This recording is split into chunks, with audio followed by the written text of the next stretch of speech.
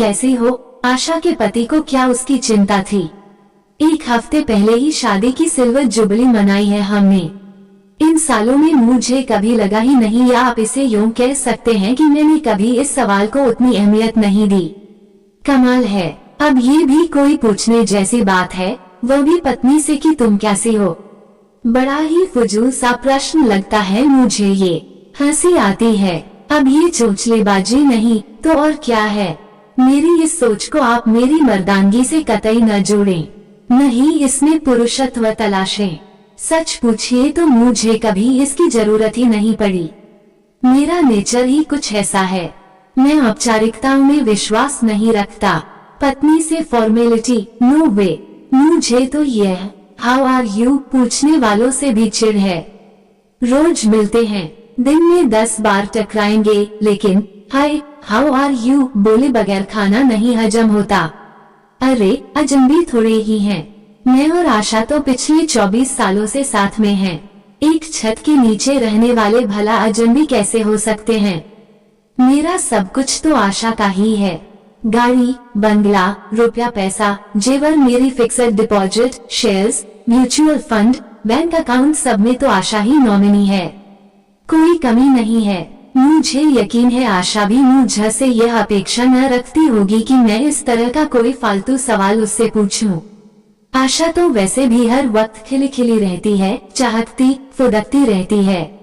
50वां सावन छू लिया है उसने, लेकिन आज भी वही फुर्ती है, वही पुराना जोश है शादी के शुरुआती दिनों वाला। निठल्ली तो वह बैठ ही नहीं सकती। काम न हो तो ढूंढ कर निकाल लेती है। बिजी रखती है खुद को। अब तो बच्चे बड़े हो गए हैं, वरना एक समय था जब वह दिन भर चक्रगिन्नी बनी रहती थी। सांस लेने की फुर्सत नहीं मिलती थी उसे। गजब का टाइम मैनेजमेंट है उसका। मजाल है कभी मेरी बैठती लेट हुई हो, बच्चों का टिफिन न बन पाया हो, या कभी बच्चों की स्कूल बस छूटी हो। गर्मी हो, बरसात हो या जाड़ा, वो बिना नागा किए बच्चों को बस स्टॉप तक छोड़ने जाती थी। बाथरूम में मेरे अंडरवियर, बनियान टांगना, रोज टॉवेल ढूंढकर मेरे कंधे पर डालना, और यहाँ तक कि बाथरूम की लाइट का स्विच भी वही ऑन करती है। ऑफिस के लिए निकलने से पहले टाई, रुमाल, पर्स, मोबाइल, लैपटॉप आज भी टेबल पर मुझे करीने से सजा मिलता है। उसे चिंता रहती है कहीं मैं कुछ भूल न जाऊं, ऑफिस के लिए लेट न हो जाऊं। आलस तो आशा के सिलेबस में है ही नहीं। परफेक्ट वाइफ की परिभाषा में एकदम फिट। कई बार मजाक में वह कह भी देती है, मेरे 2 नहीं 3 बच्चे हैं। आशा की सेहत टच वुड, वो कभी बीमार नहीं पड़ी इन सालों में। सिर दर्द, कमर दर्द आसपास भी नहीं फटके उसके। 1 पैसा मैंने उसके मेडिकल पर अभी तक खर्च नहीं किया। कभी तबीयत नासाज हुई भी तो घरेलू नुस्खों से ठीक हो जाती है। दिवाली की शॉपिंग के लिए निकले थे हम। आशा सामान से भरा थैला मुझे कार में रखने के लिए दे रही थी। दुकान की एक सीढ़ी वह उतर चुकी थी। दूसरी सीढ़ी पर उसने जैसे ही पांव रखा फिसल गई। जमीन पर कुल्नी के बल गिर गई। चिल्ला उठा था मैं, देखकर नहीं चल सकती, हरदम जल्दी में रहती हो। भीड़ जुट गई, जैसे तमाशा हो रहा हो। आप डांटने में लगे हैं। पहले उसे उठाए तो भीड़ में से एक महिला आशा की ओर लपकती हुई बोली। मैं गुस्से में था। मैंने आशा को अपना हाथ दिया ताकि वो उठ सके। आशा गफलत में थी। मैं फिर खींचा उठा, आशा सड़क पर यूं तमाशा मत बनाओ, स्टैंड अप, कम ऑन, उठो। पर वो उठ न सकी। मैं खड़ा रहा। इस बीच उस महिला ने आशा का बायां हाथ अपने कंधे पर रखा, दूसरे हाथ को आशा के कमर में डालती हुई बोली, बस बस थोड़ा उठने के लिए जोर लगाए। वो खड़ी हो गई। आशा के सीधे हाथ में कोई हलचल न थी।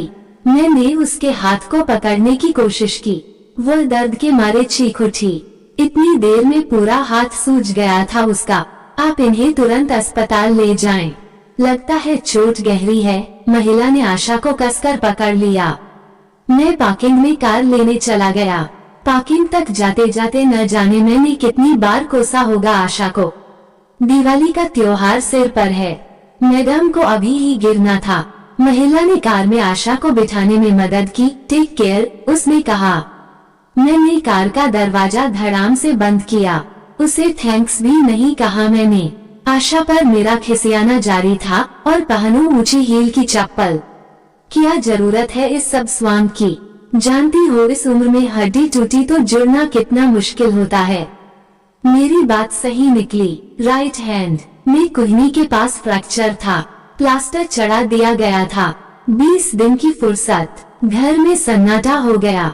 आशा का हाथ क्या टूटा, सब कुछ थम गया। लगा जैसे घर वेंटिलेटर पर हो। सारे काम रुक गए। यूं तो कामवाली बाई लगा रखी थी, पर कुछ ही घंटों में मुझे पता चल गया कि बाई के हिस्से में कितने कम काम आते हैं। असली कामवाली तो आशा ही है। मैं अब तक बेखबर था इससे। मेरे घर की धुरी तो आशा है, उसी के चारों ओर तो मेरे परिवार की खुशियाँ घूमती हैं। शाम की दवा का टाइम हो गया। आशा ने खुद से उठने की कोशिश की, उठ न सकी। मैंने ही दवाइयाँ निकालकर उसकी बाईं हथेली पर रखी। पानी का गिलास मैंने उसके मुंह से लगा दिया। मेरा हाथ उसके माथे पर था। मेरे स्पर्श से उसकी निस्तेज आंखों में हलचल हुई। बरबस ही मेरे मुंह से निकल गया, तुम कैसी हो आशा? यह क्या? वह रोने लगी, जार जार फाफक पड़ी। उसकी हिचकियां रुकने का नाम नहीं ले रही थीं। उसके आंसू मेरे हाथ पर टप टप गिर रहे थे। आंसुओं की गर्माहट मेरी रगों से होकर दिल की ओर बढ़ने लगी। उसके अश्कों की ऊष्मा ने मेरे दिल पर बरसों से जमी बर्फ को पिघला दिया। अक्सर हम अपनी ही सोच, अपने विचारों और धारणाओं से अभिशप्त हो जाते हैं। ये सवाल मेरे लिए छोटा था, पर आशा न जाने कब से इसकी प्रतीक्षा में थी। बहुत देर कर दी थी मैंने। आपको ये कहानी कैसी लगी हमें कमेंट कर जरूर बताएं। इसी तरह की अच्छी कहानियाँ आप यहाँ पर पढ़ सकते हैं। यहाँ उपस्थित शिक्षाप्रद कहानियाँ आपका मनोरंजन करने के साथ दिशा भी देंगी। तो बने रहिए हमारे साथ और हमारे प्रयास को सफल बनाएं।